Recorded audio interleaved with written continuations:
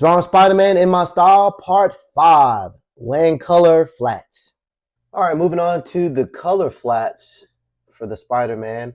So the very first thing that I always do is I create a custom, well, not custom, but just a color palette.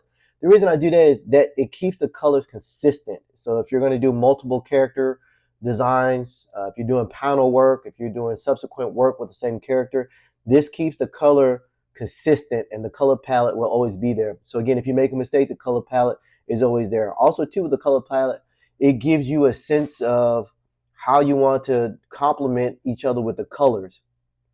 So for this instance, some of the effective tips for creating color flats, it really involves a combination of using the efficient digital tools. So it could be using the fill tool, the polyline tool, whatever you feel comfortable with the color flat phase. I personally use a polyline tool, and I'll show you why I do that.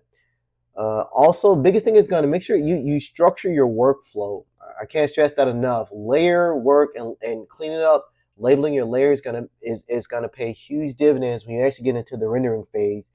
The more clean and structured you are now doing these phases, the better off you're going to get when you get to the rendering phase, which also helps. Like if you make mistakes, it's easier to find and to fix. And also too, start getting a good solid understanding of like color principles as far as like color schemes, warm and cool colors, which should come in effect when you start doing like color rendering. The goal is always to create like a clean and organized base that makes the subsequent shading and rendering process a lot easier. So that's really the whole point of that phase.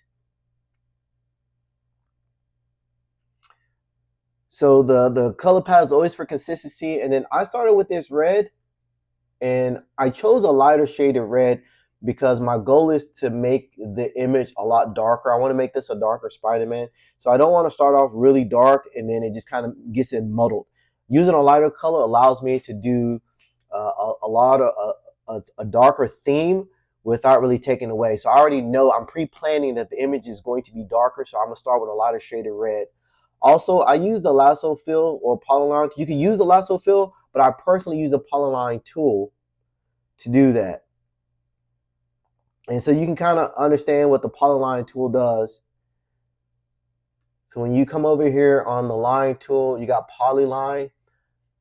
Just to kind of give you an example. So on the polyline, you can essentially come here, follow, say, the artwork in the line, and then just use the fill tool. So I'll use a color that you can see. And then I use the fill tool to do that. The reason I do that with the polyline tool is because if you was to just use the fill tool, sometimes the spaces in the corners, they don't fill because the fill tool doesn't do a good job of that. And so then after you fill all the artwork, you literally have to go back and find every corner of your artwork to try to re-clean that up, or you just kind of miss it, right? Whereas the polyline tool, it follows the entire incline and allows you to fill the entire process with confidence, knowing that there's no spaces missing. And you're not going to really see it until you start doing the rendering process. When you render something and something looks out of place, it's because your baseline color is missing.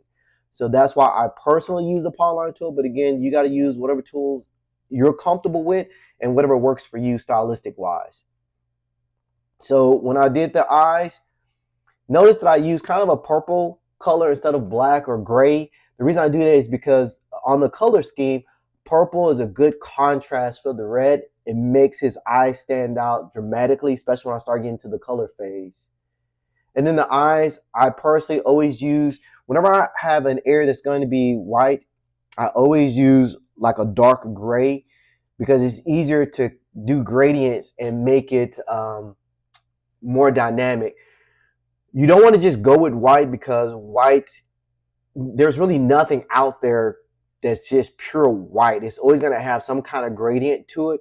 And so kind of getting a habit of using grays to represent your whites. And then it allows you also to do better rendering on grays versus on the whites because nothing's going to really show up on the white. And then with the senses, I chose kind of a solid yellow. And the reason I did that is because I'm not going to actually render the sense is I'm going to use a gradient tool to kind of give this gradient effect to give it different colors. And so I just needed a baseline filler, so yellow is the only one that I used. And that right there is how I do color flats.